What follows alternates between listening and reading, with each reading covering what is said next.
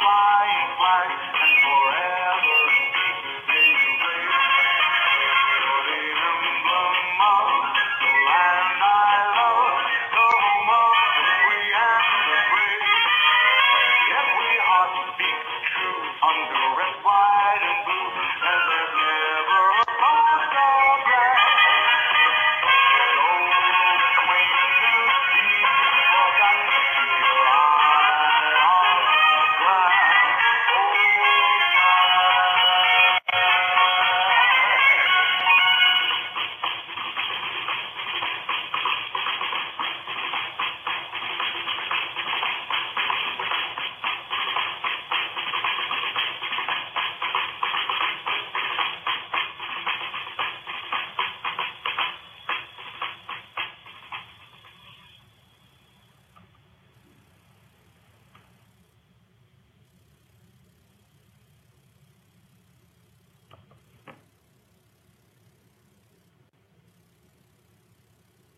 Okay. Where is it?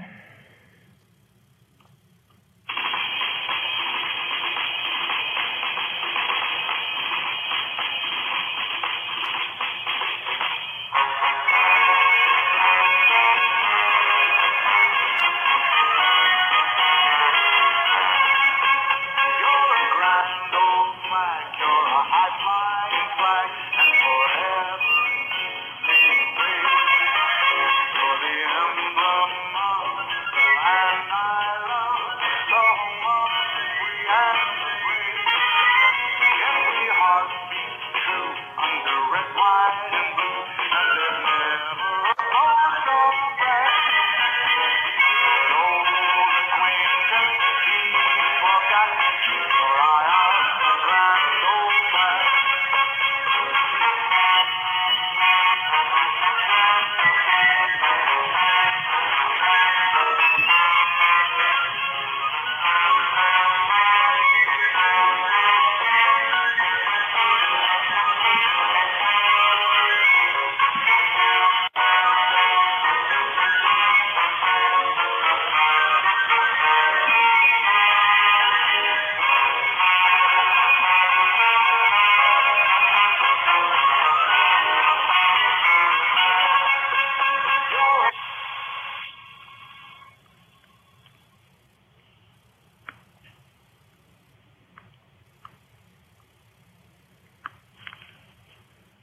Good afternoon. Hi, I'm Carol Willis, and I'm in Austin, Texas this afternoon, and I'm one of the members of this project. There's multiple states and many folks involved in pulling together the Presidential Primary Sources Project. I think this afternoon we probably have a couple of schools that are familiar with this project, and we will do roll call in just a second. Before then, I'd like to just show you a couple of things. We are being recorded. I'm going to switch back to my laptop so you can see the PowerPoint.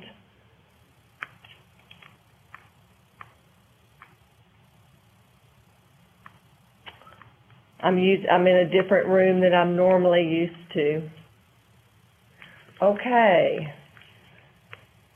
I don't think you're seeing my laptop right. Hold just a minute. This is interesting. Okay, now we're back. Again, welcome this afternoon to the Presidential Primary Sources Project. We have a wonderful presentation this afternoon by the Theodore Roosevelt Center, and President Roosevelt will be with you this afternoon.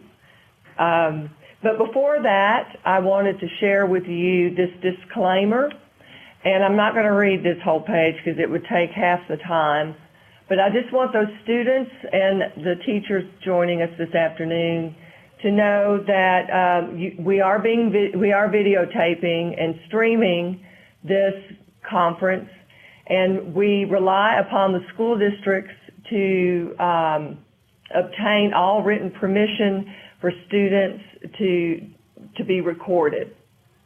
And this says a lot of other stuff, but the bottom line is you are being recorded. So what is the presidential project? The PPSP, as we've nicknamed it. It's a series of presentations by our partners in this year's project, which is Global Democracy. And it's a series of presentations. And then next spring, hopefully you will consider participating as a student project and presenting it in May. We've had a couple of presentations already. We had the expansion of global democratization by the George Bush Presidential Library, and had the Harry S. Truman Library presenting about the Cold War crisis in Berlin. And today we're very fortunate to have the TR Center with us. And then just to remind you, we've got 3 more coming up soon.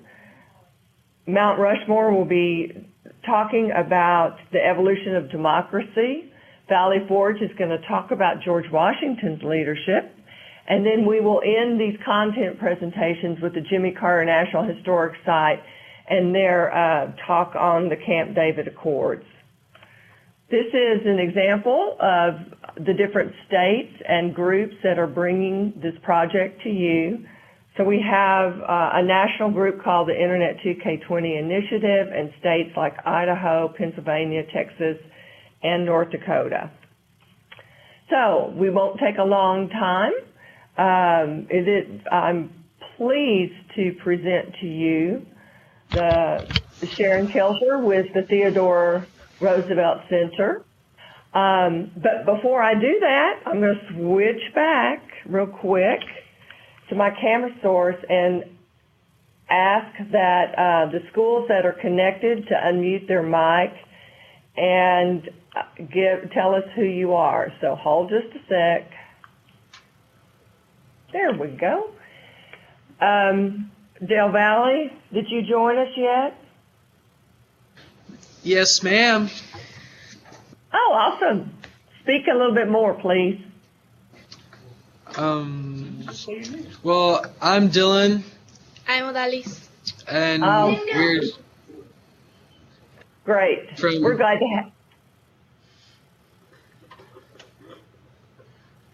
to have you with us.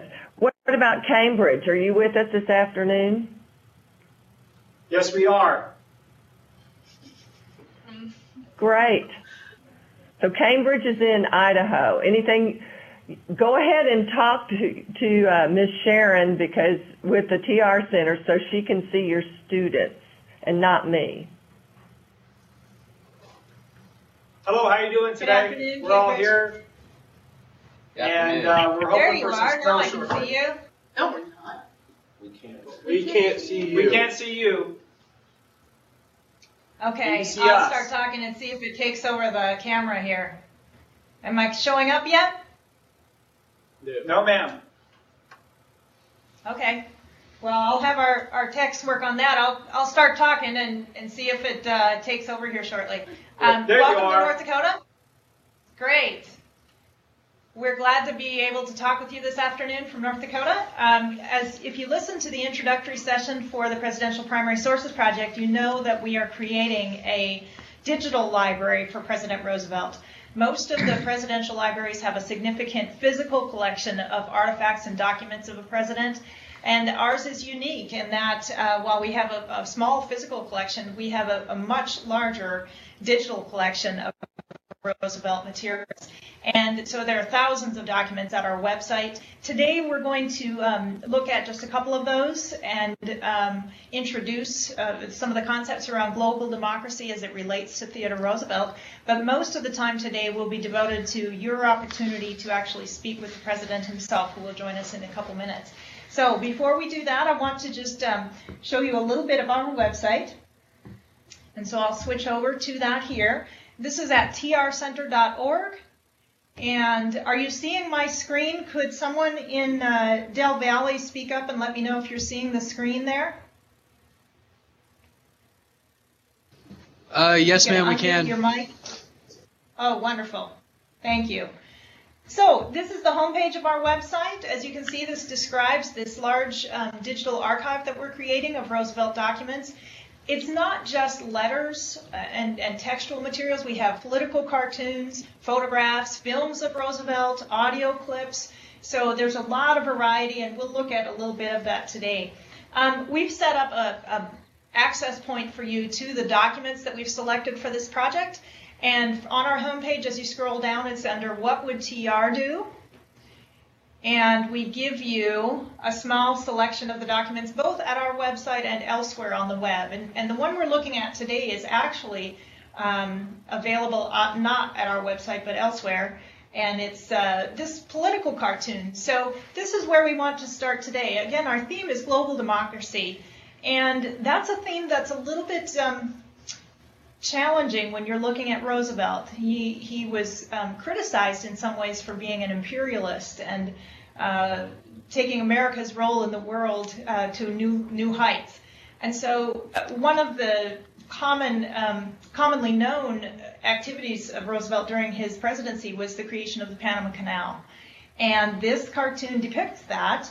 As you can see, he's not only digging the canal, but he is shoveling the dirt over to where? Can somebody in Cambridge tell me where the dirt is going off the end of his shovel? Got to. Go ahead. Bogota. Okay, and what is Bogota? It's the capital of? What's the capital? The other one that they were angry at. Okay, We're trying to Bogota's the capital decide. of what country? Of what country? Colombia. Colombia. Colombia. Colombia, Very good. yes. Bogota, Colombia. So what was happening here, do you think? Wait, is this cartoon complimentary to Roosevelt or critical of him? Brian? Yeah, I think it's critical. Brian thinks it's critical of TR. Yes, I would agree. There's some criticism here. Roosevelt was a very popular subject for cartoonists. There are hundreds of political cartoons about him at our website. But again, this taking of the Panama Canal or the creation of the Panama Canal was a controversial act of Roosevelt in the way that he treated the Colombian government and responded to them. And so, again, most of our time today will be spent with him, and I want now to introduce our special guest. Please welcome the 26th President of the United States, President Theodore Roosevelt. Good afternoon, all of you scattered around this country. It is a great pleasure to be able to speak with you today, and I'm very much looking forward to taking your questions, and they can be about global democracy and our policies with respect to the rest of the world, but they can be about any subject that happens to please you. But let me start by asking you to look over my shoulder at this illustration. This is an illustration of the North Room at our home on Long Island at Oyster Bay. We called it Sagamore Hill, and we built an extra room, the North Room, which had part of my library and artifacts from my travels in Africa and South America and in the American West and so on. And in fact, over the fireplace at Sagamore in the North Room is the first buffalo that I ever killed, and I killed it in September of 1883 in Dakota Territory, where I spent about 4 years as an authentic rancher and cowboy as a young man. We're talking about documents today, and let me just say a little bit about that. I was the writingest president in American history up till my own time, and I'm still the writingest president in American history with respect to books. Depending upon how you count, I wrote about 40 books, and some of them are regarded as American classics. I also wrote approximately 150,000 letters in the course of my lifetime, and the number of documents that are mine, if you count cartoons and diaries and newspaper clippings and so on, it comes to several million altogether. And so it's a daunting task to collect everything that I wrote, everything that was written to me, but this center up in my beloved North Dakota is doing just that. So that's a little bit of background. I was born in 1858 in New York City, As a young man, I came out to Dakota Territory to transform myself from a frail Easterner into something like a Western cowboy. I became the President of the United States in September of 1901 because I had been serving briefly as the Vice President, but my chief, the President, William McKinley, was assassinated in Buffalo, New York in September of 1901, and that elevated me to becoming the 26th President of the United States. And while I was President, America was changing its role in the world. From the time of the American Revolution in 1776 until about 1900, we were a country that looked inward towards its own heartland. We were an isolationist country. We had very little to do with Europe or Africa or Asia or even Central and South America. But we were beginning to advance onto the world stage. The Industrial Revolution had begun in England, but it had flourished after the Civil War in the United States. Our Navy was growing at a fast clip. Our population was moving inexorably from the East Coast to the West, and our interests in the rest of the world were becoming significant.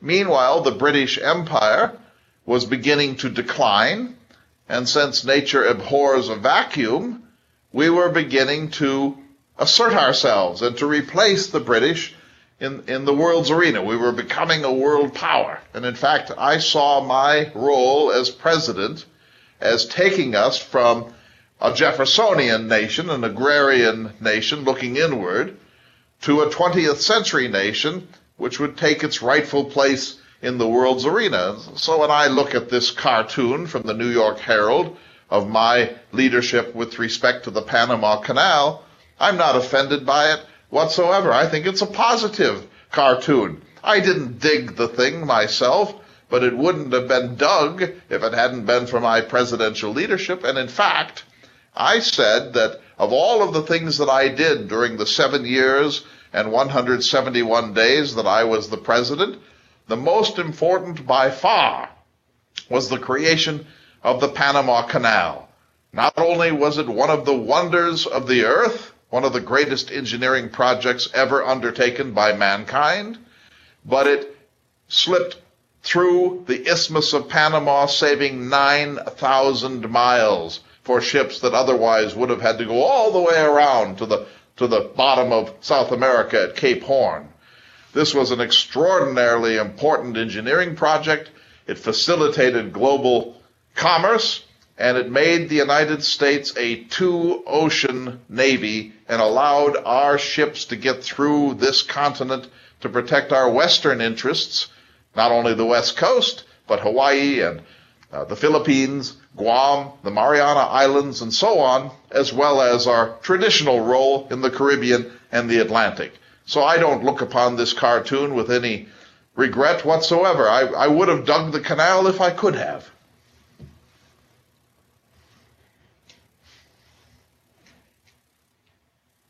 Thank you, Mr. President.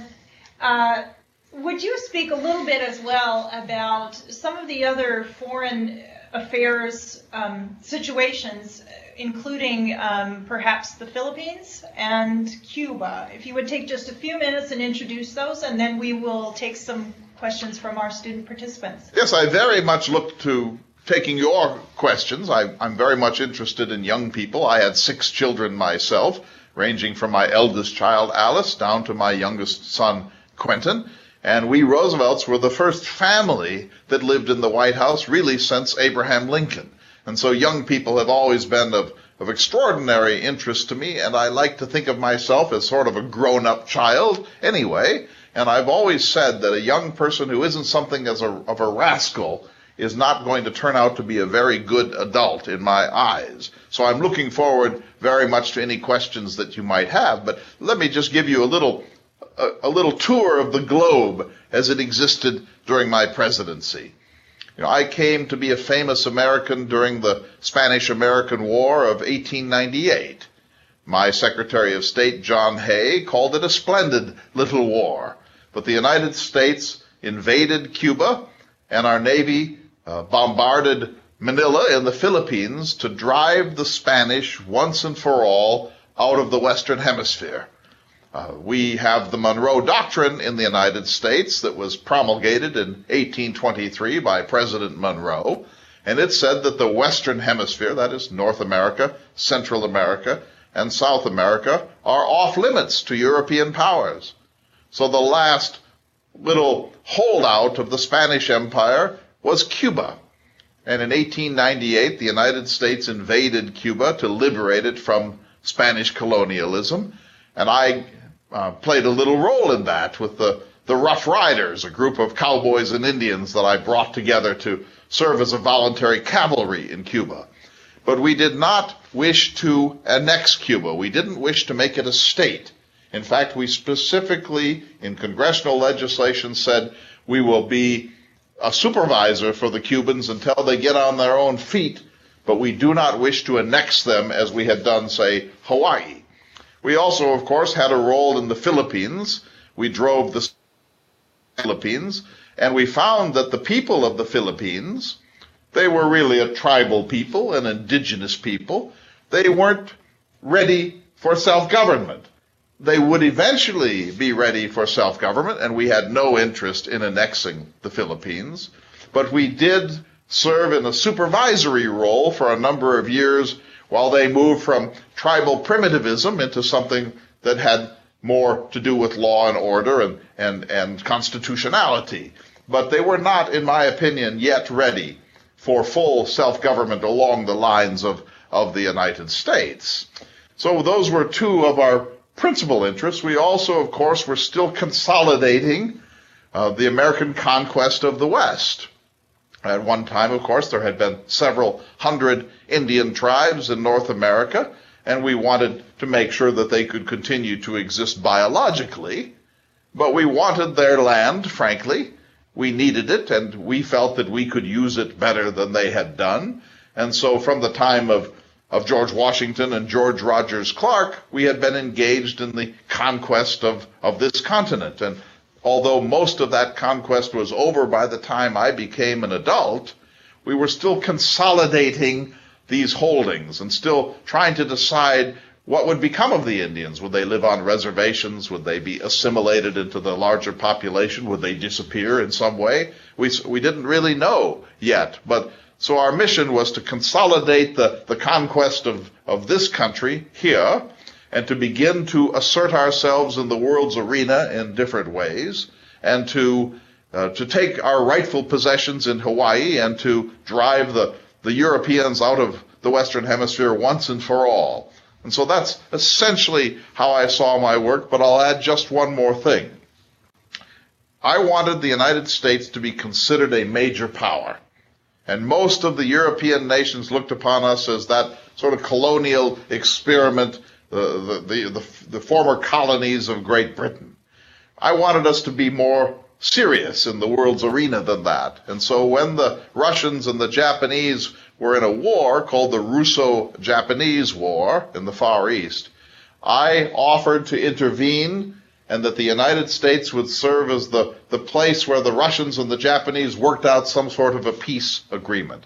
And all of the European powers laughed at this upstart nation, America, pretending or thinking that it had a right to engage in this sort of diplomacy. Everyone thought it was a foolish idea, including many members of the United States Congress. But I did it. I got the Japanese diplomats here, and I brought the Russian diplomats, and I put them together in Portsmouth in New Hampshire, and I forced them to sit down until they worked out a peace agreement which stabilized the Far East for a full generation. Because of that, in 1905, I became the first American to win the Nobel Peace Prize, and I was extremely proud of that achievement. Not for myself. I had very little to do with it, but for this country, because that essentially was our announcement to the world community that we were going to be a major power, that we were going to be a power for order and peace, and that every other nation now needed to take us seriously. And so I was very, very proud of that. Thank you, Mr. President. We appreciate that introduction as you discuss those policies and actions that sometimes came into question. A number of the documents that we've gathered at our website, you addressed some of these questions about the Philippines and Cuba and the Panama Canal and the Dominican Republic. So we encourage the students to review those and to look those over. We also have the speech you gave when you received the Nobel Peace Prize. Yes, I wasn't there at the time, but later I went to Europe after my safari in Africa, and I went to the Scandinavian world, and I accepted the Nobel Peace Prize, but it was years after the fact. But here's what I did that's so important, I think. There's a $40,000 award, and at that time, $40,000 would be like $500,000 in your time. So it was a very substantial gift to the recipient of this prize. But I didn't keep it for myself. I needed the money, but I did not keep it for myself. I said in my acceptance speech I was going to put that $40,000 to work in an industrial peace commission, a commission, a foundation, if you want to say it that way, that would help to create a dialogue between labor and industry in the United States to bring about a reconciliation of those two powerful forces of American life. And that's precisely what I did with it. That's very remarkable, Mr. President, that you would turn over the prize. I needed the money. I had a large family, and I never had much money, but I reckoned that it was more important to do the right thing with that prize. And I said, I don't deserve this myself. This is America's prize. This prize belongs to the genius of the American people for peace. Wonderful. Thank you. At this time, young people, we are opening up the questions to you, and you can ask of the President any question that you would like. Do we have a question from Cambridge this afternoon? But if so, please identify yourself by name and speak boldly. Cambridge has a question. Hillary, go ahead. Ask the President your question. When you took over as president, how come you didn't appoint a vice president? Why didn't I appoint a vice president? Well, the Constitution didn't really enable the president to do that. There has been a constitutional amendment closer to your own time that settles that sort of thing. And so I didn't do it. First of all, I fully expected to serve out my term as president. I was the youngest president in American history. In some respects, I was the most vigorous president in American history. I'm a very strong man and have had most of the bones in my body broken at one time or another, and I'm not afraid of anything. And so I didn't think that I would in any way fail to serve out my terms as president. But of course, then in 1904, when I stood for re-election, when I was elected in my own right for the first time, I had, of course, a vice president then. But there was a gap for those 3 years and 171 days in which I was the president and there was no sitting vice president at all. But I don't think there was a single person in this country that thought that I would not live out that term. But I should say, as a matter of history, and I'm sure you already know this, that I was witness in my lifetime to 3 presidential assassinations. First, there was Abraham Lincoln, and I was a child at the time, but I saw the funeral cortege going through New York City from my grandfather's window in Manhattan. I was just a wee child at the time, and my brother Elliot and I are photographed, and you can find that photograph on this Roosevelt Center website if you search for it. But secondly, I lived through the assassination of President Garfield, and then finally I was the vice president for William McKinley when he was assassinated in Buffalo, New York. I wasn't there at the time. I was in upstate New York, but those 3, the first 3 presidential assassinations all occurred during my lifetime, and people began to worry about this, and in fact, the Secret Service, as you understand it, began during my presidency so that the president would be surrounded by bodyguards in key situations. And as you probably know, much later in 1912, there was an assassination attempt on me in Milwaukee. Other questions? You go first. Should you have run for president in 1908? So the only reason we're there is basically, again, the oil. I did not run for president in 1908, as you know. When I was elected in my own right in 1904, And I desperately wanted to be elected president in my own right. I didn't want to be a mere footnote in history that I filled in for McKinley after he was killed. I wanted to be elected by the American people. In my time, presidential candidates couldn't campaign. We had to stay relatively quiet, and other people would campaign on our behalf. And that was very difficult for me because I loved to meet the people. In fact, I held the record for shaking the most number of hands in a single day until long after my time. I think it was 8,700 hands that I shook at one White House reception while I was president. And so I like to be amongst the people. I like to see the constituents, to see the good Americans who live out in Montana or Wyoming or Arizona or California, or for that matter, Alabama and New Jersey. But I didn't campaign.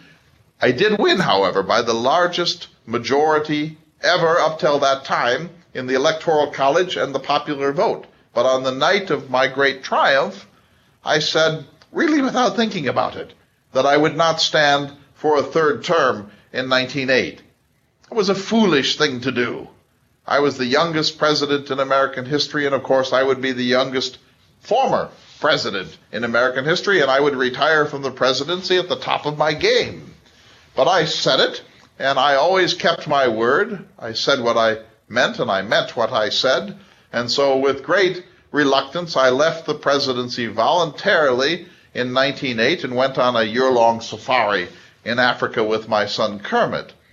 I regretted what I had done, and if I had stood for re-election in 1908, I certainly would have been re-elected to a third term, and probably a fourth after that. And I would have been able to do much more for this country, to move us from the 19th into the 20th century, to transform us from an agrarian people into an urban industrial people, to solve some of the problems of labor and capitalism, and of course to do more for the conservation of our natural resources in the American West. But a man's word is his solemn vow, and I kept it, and I left the presidency, and I had a jolly good time in Africa too.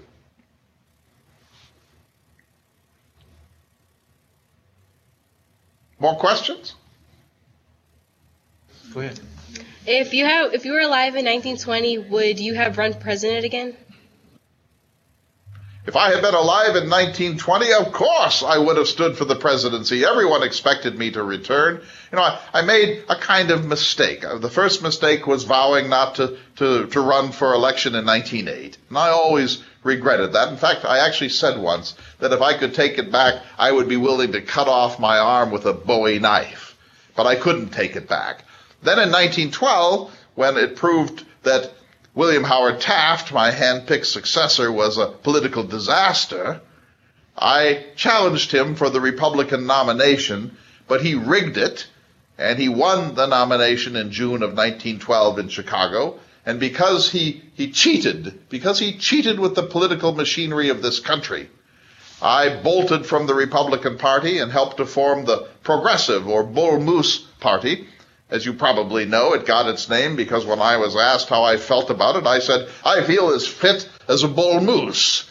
And so the Progressive Party became known as the Bull Moose Party because of that remark. Well, we lost the election, and Woodrow Wilson won, and now because I had bolted from the Republican Party, I was seen as a kind of pariah, a cheater who had failed to remain loyal to his party. And so in 1916, there was no chance that they would nominate me for the presidency.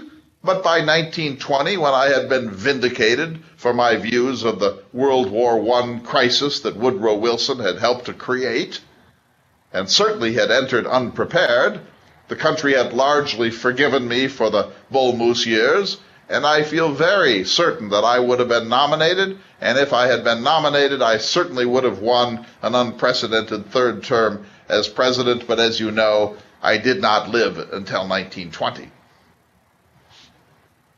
More questions, please. Brian has a question from Cambridge. Brian? Why, when you got shot, that you continued your speech? When I got shot in October of 1912 by a man named John Schrank, a saloon keeper who actually said in his later testimony that he shot me because he was opposed to third terms for president, I realized instantly that I was not fatally wounded. And I'm an old big game hunter, and I've seen lots of creatures die, and in fact I saw men die in Cuba in July of 1898, and I know a good deal about life and death, and I have seen it in all of its Darwinian, strenuous rigors. Well, I coughed into my own hand, and some spittle was there, and when I noticed that there was no blood in my spittle, I realized that I had not been mortally wounded. And you know, for all of the time that I was president, I reckoned that an assassination attempt might occur, and that I might be killed. And I frankly saw this as coming with the office, that it's like being a soldier in war, except that you're a soldier for political righteousness. And any strong president is going to have enemies and people who threaten his life, and there will almost certainly be assassination plots and some assassination attempts. And I had prepared for this all of my life, and I'd actually thought it through. I wrote a letter about it to one of my children. I said, if this ever happens and I'm not immediately killed, then I will go ahead and do whatever I was going to do in the next couple of hours, because you're really not fundamentally stricken by such a wound until several hours after it first occurs. And so I had always planned for something like this, and I was prepared to die as President of the United States as necessary. And when I realized that this was a relatively superficial wound, the bullet lodged in my ribs, I had been saved probably by my steel spectacles case that was in my pocket, and I had a 50-page speech that was folded up, and the bullet had to go through both of those before it entered my chest. And so when I realized that I was certainly going to live, and that this was almost certainly not a mortal wound, I decided that I would go give that speech. And I had said in the letter to my son that I would do that if such a moment came. And because this was such an important election in 1912, I actually, and I know this will sound a little strange, I actually saw it as political opportunity. That if I went on and gave that speech at the Milwaukee Municipal Auditorium, that everyone who heard about it would think, this is a very serious man.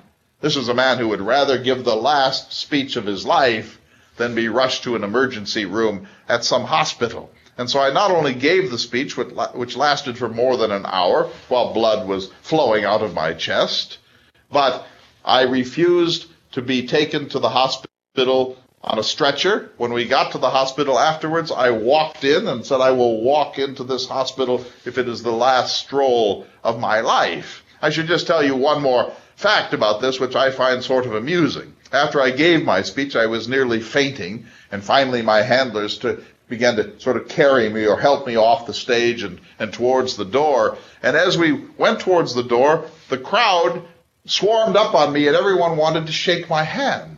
And I was, of course, delighted to shake people's hand, but I had a relatively urgent need to get to a medical facility. And one of my handlers, a good friend of mine, said, they're not really wanting to shake your hand, President Roosevelt, they really want to be the last person who shook your hand. And so it didn't happen. I lived another 7 years, but that was a scare, but it was something that I was fully prepared to accept. Are there other questions? What do you think about our current president, and how would you handle the problems of Libya? The question is, what do I think of your current president? Well, of course, I died in 1919, and it's not really my role to analyze the work of the people who came after me. The only president that I had a close relationship to who came after me was my fifth cousin, Franklin Delano Roosevelt. And Franklin Roosevelt actually married my niece Eleanor, and so I was related to him several ways. One by being his cousin, and another by being an in-law of his. And Eleanor was my favorite of all of my nieces and nephews. But I didn't have much to do with his presidency, of course, although he was modeling his presidential actions largely on my own work as President of the United States. He sort of idolized me in a certain way, and he was the Assistant Secretary of Navy, just as I had been in my own time.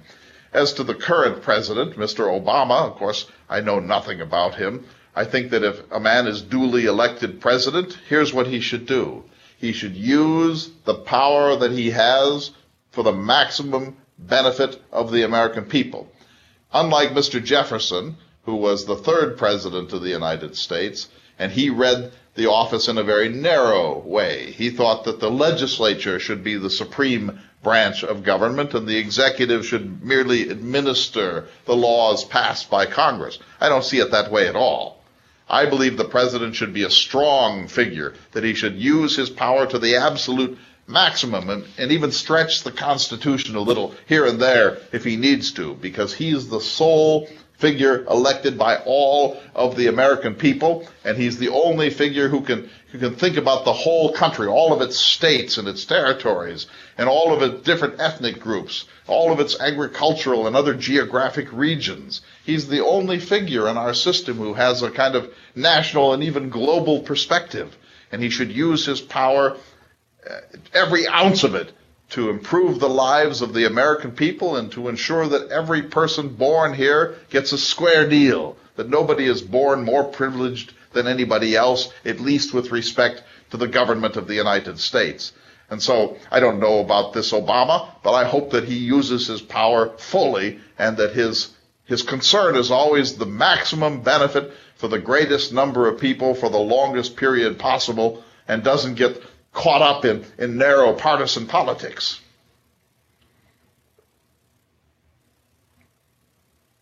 One more question. What was your greatest legacy of your presidency? Well, that's an excellent question. What was my greatest legacy? Well, I would say three things. The greatest legacy was the Panama Canal.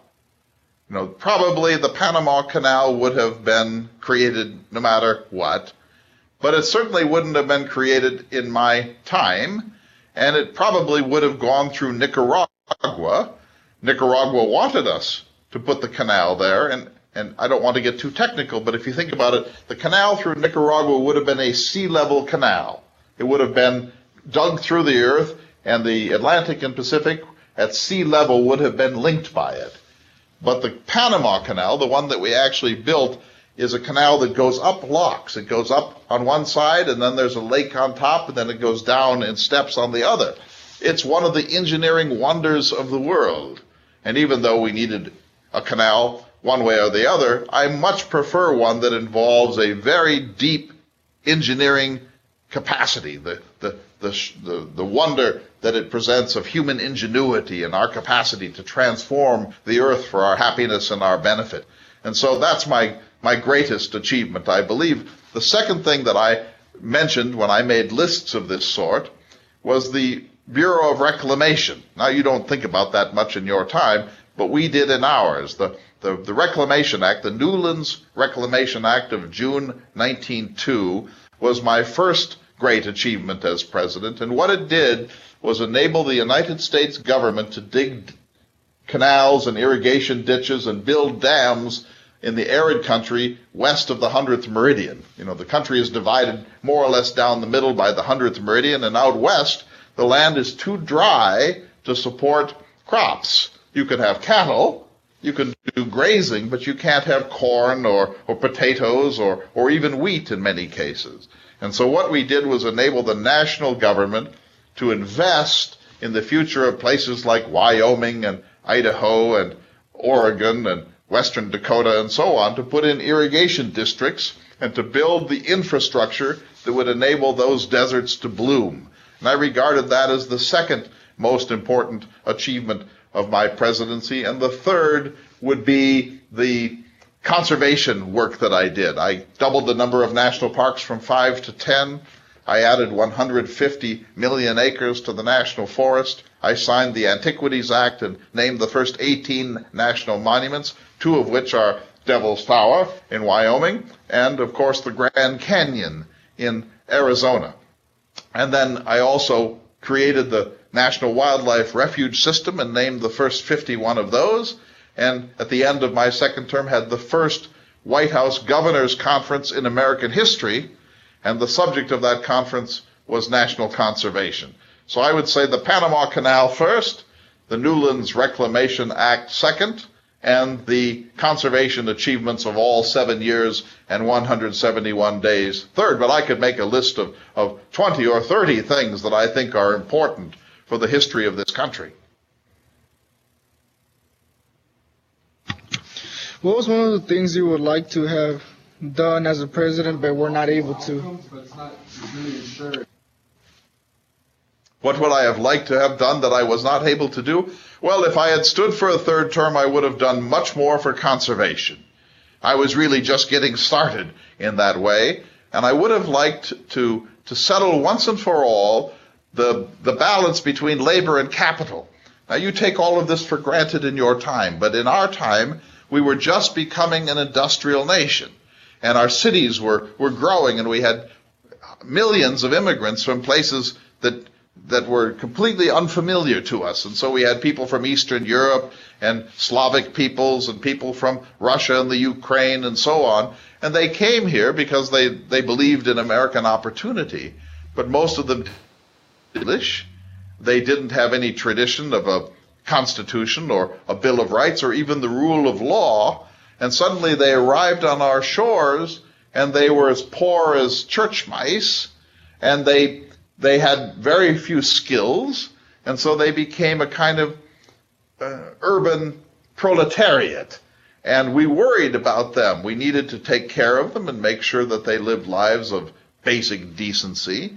And we also didn't want them to become a mob that would create riots and tear down law and order in our cities. And so I wanted to figure out how government could play a role in taming capitalism, making sure that capitalism served people and didn't just take from people, but also to make sure that labor focused its energies on the betterment of laborers and not just in a struggle with capitalism. This problem of the haves and the have-nots and labor and capital and whether an industrial capitalist system is fair to all of the people that it attempts to serve, these are very grave concerns. And I wanted to solve these problems by compromise and good sense and practical solutions so that we wouldn't have a revolution in this country of the sort that happened in Russia that produced the Soviet communist system.